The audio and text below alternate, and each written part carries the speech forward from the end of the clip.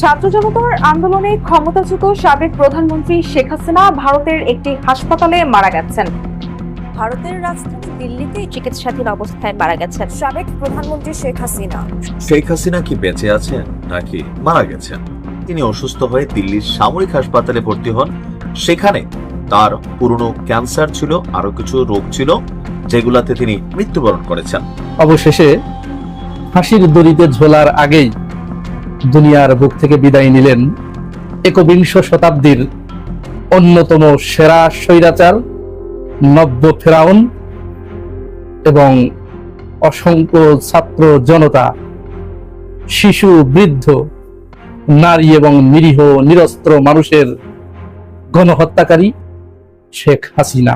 সাবেক প্রধানমন্ত্রী শেখ হাসিনার বিরুদ্ধে আন্তর্জাতিক অপরাধ ট্রাইব্যুনালে চলমান মামলার গুরুত্বপূর্ণ সাক্ষী ছিলেন সদ্য প্রয়াত বরেণ্য বুদ্ধিজীবী, লেখক, গবেষক ও জাতীয় মুক্তি কাউন্সিলের সভাপতি বদরুদ্দিন ওমর। বদরুদ্দিন ওমরের জবানবন্দি আমার দেশের দর্শকদের জন্য হুবহু তুলে ধরা হলো। ভারত সরকার তাকে মেরে ফেলবে নিজেদের বিব্রতকর পরিস্থিতি থেকে মুক্তি পেতে। তারা যতদিন তাকে রাখবে, বাংলাদেশের সঙ্গে সম্পর্ক ভালো হবে না, আর সেই সম্পর্ক ভালো করতে গেলে তার ব্যাপারে একটি ফয়সালা করতে হবে। প্রিয় দর্শক, শেখ হাসিনার সাথে যে ভারত এমন করবে তা কিন্তু মানুষ আগে থেকে আন্দাজ করতে পারছিল, কারণ গলার কাটা কেউ কখনো রাখতে চায় না। ভারতের কিন্তু গলার কাটা হয়ে দাঁড়িয়েছে বর্তমানে এই যে শেখ হাসিনা। তো আপনারা জানেন যে বর্তমান কিছুদিন যাবত তাকে নিয়ে কিন্তু অনেক গুঞ্জন চলতেছে, তবে এই যে কাজটা ভারত করলো এটা কিন্তু মানুষ আগে থেকে আন্দাজ করছিল যে সে গলার কাটা তাকে যেভাবে ভারত সরিয়ে দেবে। চলুন আমরা সেই বিষয়গুলো একটু দেখে আসি। সেই বিষয়গুলো দেখার পূর্বে যারা আমাদের চ্যানেলে নতুন, অবশ্যই চ্যানেলটি সাবস্ক্রাইব করে পাশে থাকবেন এবং নতুন নতুন ভিডিও পেতে অবশ্যই একটি লাইক করুন। চলুন সেই বিষয়গুলো আমরা একের পর এক দেখে আসি। বৈষম্য বিরোধী ছাত্র আন্দোলনকে ঘিরে জুলাই আগস্টের মানবতা বিরোধী অপরাধের অভিযোগে সাবেক প্রধানমন্ত্রী শেখ হাসিনার বিরুদ্ধে আন্তর্জাতিক অপরাধ ট্রাইব্যুনালে চলমান মামলার গুরুত্বপূর্ণ সাক্ষী ছিলেন সদ্য প্রয়াত বরেণ্য বুদ্ধিজীবী, লেখক, গবেষক ও জাতীয় মুক্তি কাউন্সিলের সভাপতি বদরুদ্দিন ওমর। বদরুদ্দিন ওমরের জবানবন্দি আমার দেশের দর্শকদের জন্য হুবহু তুলে ধরা হলো। 2024 সালের গণ অভ্যুত্থান শুধু বাংলাদেশে নয়, গোটা ভারতীয় উপমহাদেশে একটি ব্যতিক্রমী ঘটনা। ভারত বা পাকিস্তানে এমন জনতার শক্তি ও ব্যাপকতার গণ অভ্যুত্থান কখনো দেখা যায়নি। বাংলাদেশ নিজেই একটি গণ অভ্যুত্থানের দেশ। 1952, 1969, 1990 সালের ঘটনাগুলো তার উদাহরণ।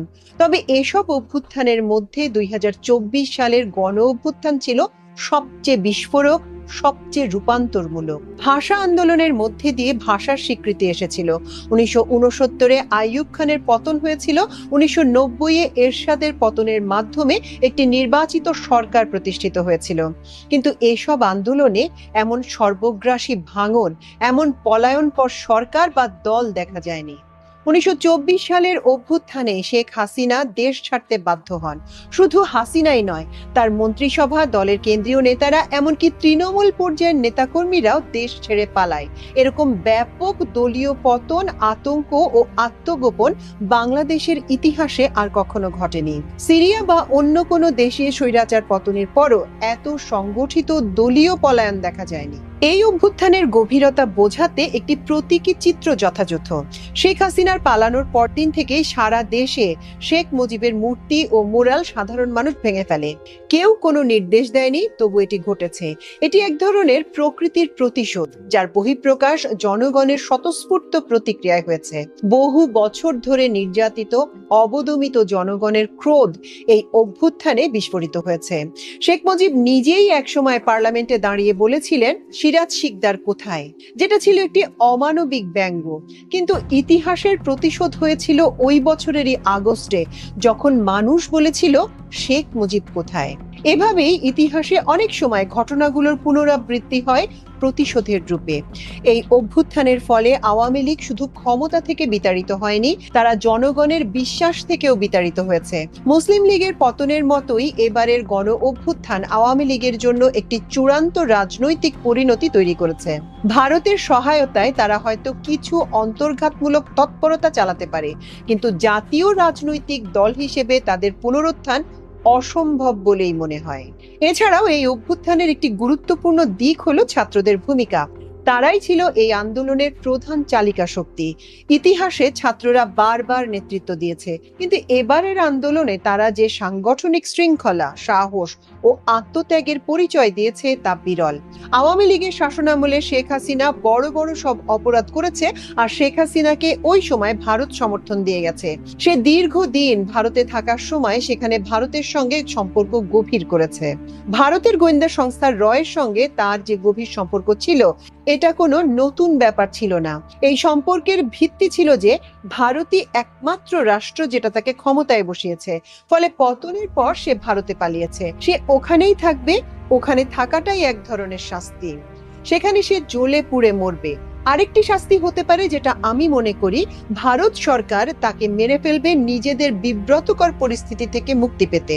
তারা যতদিন তাকে রাখবে, বাংলাদেশের সঙ্গে সম্পর্ক ভালো হবে না, আর সেই সম্পর্ক ভালো করতে গেলে তার ব্যাপারে একটি ফয়সালা করতে হবে। তাকে ওখানে রাখা যায় কি যায় না সে প্রশ্ন না, তবে যদি মেরে ফেলেন নরেন্দ্র মোদী, আশ্চর্য হবেন না। তারা এমন ভাবে বিষয়টি সাজাবে যে মনে হবে বাংলাদেশি কেউ তাকে মেরেছে, এরকম একটি সংগঠিত প্রচার চালাবে। শেখ হাসিনা বাংলাদেশে ক্ষমতায় ছিল নির্বাচনগুলো নিয়ন্ত্রণ করার মাধ্যমে। 2009 সালে ক্ষমতায় আসার পর থেকে 2024 সাল পর্যন্ত প্রতিটি নির্বাচন, এগুলোর প্রতিটি সে ম্যানিপুলেট করেছে। এগুলো সম্ভব হয়েছে কারণ রাষ্ট্রের প্রতিটি প্রতিষ্ঠানের উপর নির্বাচন কমিশন থেকে শুরু করে পুলিশ এবং আমলাতন্ত্র সবকিছুর উপর সে নিয়ন্ত্রণ প্রতিষ্ঠা করেছিল। প্রথম থেকেই শেখ হাসিনা ঠিক করেছিল যে নির্বাচন নিয়ন্ত্রণ করবে। সেটি করতে গেলে তত্ত্বাবধায়ক সরকার রাখা সম্ভব নয়। অথচ 1996 সালে তত্ত্বাবধায়ক সরকারের দাবিতে তিনি আন্দোলন করেছিল, সংশোধনী এনেছিল। কোনো নীতিবোধ বা নৈতিক লজ্জাবোধ তার ছিল না। 2009 সালে ক্ষমতায় এসে সেই হাসিনাই তত্ত্বাবধায়ক সরকার বাতিল করে দিল, কারণ সে বুঝেছিল নিরপেক্ষ নির্বাচন হলে পরবর্তীবার তারা আর জিততে পারবে না। সুতরাং নির্বাচনে জিততে হলে তাকে সবকিছু নিজের নিয়ন্ত্রণে আনতেই হবে। সে প্রশাসনকে দুভাবে নিয়ন্ত্রণ করেছে, প্রথমত ঘুষ, টাকা পয়সা ও সুযোগ সুবিধা দিয়ে, দ্বিতীয়ত হুমকি ও ভয়ভীতি প্রদর্শনীর মাধ্যমে। 2009 সালের মধ্যে এই নিয়ন্ত্রণ স্থাপন করে। এই নিয়ন্ত্রণের মাধ্যমে সেই 2014, 2018 এবং 2024 সালের নির্বাচনগুলো করে। 2014 সালে ভোট কেন্দ্রে কাউকে ঢুকতেই দেয়নি। 2018 সালে রাতের ভোট হয়েছিল। দিনে ভোট হলেও ভোট আসলে হয়ে গেছে আগের রাতে। 2024 সালেও একই ঘটনা। এভাবে নির্বাচন করেও সে জয়লাভ করে, যদিও জনসমর্থনের কোনো ভিত্তি ছিল না। ওইসব নির্বাচনে দেখা গেছে তার দল 300 সিটের মধ্যে 4-5টি সিটও পাবে কিনা সন্দেহ। এরপরও সে জয়ী হয়েছে শুধুমাত্র প্রশাসনের উপর চূড়ান্ত নিয়ন্ত্রণের কারণে। এটা গোপন কিছু নয়, সবাই জানে। একটি সরকার যদি চায় তারা এভাবে নির্বাচন নিয়ন্ত্রণ করবে, তাহলে সেটা ঠেকানো কঠিন। নির্বাচনে শুধু কারচুপি নয়, রাজনৈতিক প্রতিপক্ষের ওপর নিষ্ঠুর দমন চালিয়েছে শেখ হাসিনা। কোনো রাজনৈতিক দল যাতে কার্যকরভাবে নড়াচড়া করতে না পারে সেজন্য নির্যাতন করা হয়েছে। প্রচুর মানুষকে গ্রেপ্তার করে বছরের পর বছর আটকে রাখা হয়েছে বিনা কারণে। আয়নাঘর নামে টর্চার সেল তৈরি করা হয়েছে, যেটা শেখ মুজিবের আমলেও ছিল না। শেখ মুজিব বিরোধীদের সরাসরি হত্যা করতেন। শেখ হাসিনা শুধু হত্যা করত না, নির্যাতনও করত, এবং এতে এক ধরনের বিকৃত আনন্দ পেত। সুতরাং এভাবে রাষ্ট্রীয় ক্ষমতার অপব্যবহার করে সে নির্বাচনী ব্যবস্থাকে নিজের করায়ত্ত করেছে এবং প্রকৃতপক্ষে জনগণের সঙ্গে তার সম্পর্ক একেবারেই ছিন্ন হয়ে গেছে। শেখ হাসিনার আমলে বিচার বহির্ভূত খুন নির্যাতন নিয়ে যদি বলতে হয়, গুম ও বিচার বহির্ভূত হত্যাকাণ্ড, এই ধরনের কাজ কেবল ওই ব্যক্তি করতে পারে যার হাতে রাষ্ট্র ক্ষমতা রয়েছে, যার অধীনে ইন্টেলিজেন্স বিভাগ, ডিজিএফআই এর মতো সংস্থা রয়েছে। আয়নাঘরের মতো গোপন নির্যাতন সেল কিংবা গুমের মতো অপরাধ, এসব তো ডিজিএফআই এর মাধ্যমে ঘটানো হয়েছে। যতগুলো অপহরণের ঘটনা দেখা যায় তার পেছনে ডিজিএফআই এর সংশ্লিষ্টতা রয়েছে। এরপর তারা অন্যভাবে যাকে বলে বিচার বহির্ভূত হত্যাকাণ্ড, সেগুলো সংগঠিত করেছে। তারা এসব করেছে বিরোধী দল, বিশেষ করে বিএনপি কে নিষ্ক্রিয় করে রাখার লক্ষ্যে। বিএনপি কে তারা ধীরে ধীরে পিষ্ট করে রেখেছে, দমন করেছে, মারধর করেছে। শেষ দিকে দেখা গেছে তারা কোনো মিটিং মিছিল করতে গেলেও পুলিশ দিয়ে হামলা চালিয়ে তা ভেঙে দিয়েছে। যতই জনসমাবেশ হোক না কেন, পুলিশ দিয়ে তা দমন করা হয়েছে। শেষবারের মতো দেখা গেল এক বিশাল মিছিল থেকে বিএনপিকে একেবারে ছত্রভঙ্গ করে দেয়া হলো। এভাবেই পুলিশ দিয়ে মারপিট করলে বিরোধী পক্ষ, যারা নিরস্ত্র, যারা পাল্টা সশস্ত্র আক্রমণ করতে পারে না, তারা ধীরে ধীরে স্তিমিত হয়ে পড়ে। সামাজিক যোগাযোগ মাধ্যমে গত কয়েকদিনে সাবেক প্রধানমন্ত্রী শেখ হাসিনার মৃত্যুর খবর ছড়াতে শুরু করলে নেট মাধ্যমে তৈরি হয় তোলপাড়। একটি শয্যাশায়ী নারীর ছবি ব্যবহার করে দাবি করা হয় তিনি নাকি শেখ হাসিনা, যিনি হৃদযন্ত্রের ক্রিয়া বন্ধ হয়ে মারা গেছেন। কয়েক ঘন্টার মধ্যেই পোস্টটি ভাইরাল হলেও খতিয়ে দেখা গেছে পুরো ঘটনাই সাজানো এবং ছবিটি ভুয়া। ফ্যাক্ট ওয়াচ সহ একাধিক ফ্যাক্ট চেকিং প্ল্যাটফর্মের অনুসন্ধানে উঠে এসেছে ছবিটি শেখ হাসিনার নয়, বরং ভারতের 82 বছর বয়সী রাজ পাশরিচা নামের এক নারীর। দিল্লি বিমানবন্দরে হুইল চেয়ার না পাওয়ায় দীর্ঘক্ষণ হাঁটতে বাধ্য হয়ে অসুস্থ হয়ে পড়েন তিনি এবং পরবর্তীতে হাসপাতালে ভর্তি হন। ফার্স্ট পোস্ট সহ ভারতের প্রধান ধারার গণমাধ্যমে ঘটনাটি প্রকাশিত হয়েছিল চলতি বছরের মার্চে। সেই ছবি পরে সম্পাদনা করে শেখ হাসিনার মুখ বসিয়ে প্রচার করা হয়। গণমাধ্যম বিশেষজ্ঞরা বলেন এটি পরিকল্পিত ডিজিটাল প্রোপাগান্ডা, যেখানে উদ্দেশ্য তথ্য নয় বরং বিভ্রান্তি উদ্রেক করা। রাজনৈতিক উত্তেজনা ও নেট দুনিয়ার ট্রাফিক বাড়ানোই ছিল মূল লক্ষ্য। সরকারি সংস্থাগুলো নিশ্চিত করেছে শেখ হাসিনার মৃত্যুর খবরটি মিথ্যা আর ছবিটিও বিকৃত। সরকার সতর্ক করেছে গুজব ছড়ানো বা এতে অংশ নেওয়া আইনগত শাস্তিযোগ্য অপরাধ। নাগরিকদের প্রতি আহ্বান জানানো হয়েছে যে কোনো বিতর্কিত ছবি বা তথ্য শেয়ার করার আগে ভুয়া কন্টেন্ট প্রচার থেকে বিরত থাকতে। সবশেষে বলা যায় যে ছবি ঘিরে এত হইচই সেটি বাস্তবে বাংলাদেশের নয়, ভারতের একজন বয়োজ্যেষ্ঠ নারীর। আর শেখ হাসিনার মৃত্যু সম্পর্কে ছড়ানো খবর পুরোটাই ভিত্তিহীন গুজব। প্রিয় দর্শক, সকলকে অসংখ্য অসংখ্য ধন্যবাদ সম্পূর্ণ ভিডিওটি দেখার জন্য। তো আপনারা জানেন যে 24-এর গণঅভ্যুত্থানের পর থেকে এই যে শেখ হাসিনা ভারতে গিয়ে আশ্রয় নিয়েছেন, তারপর থেকে কিন্তু দেখা যায় যে তার টুকটাক অডিও বার্তা আসছে, কিন্তু কোনো ভিডিও বার্তা, কোনো ফটো কিন্তু প্রকাশ করছে না।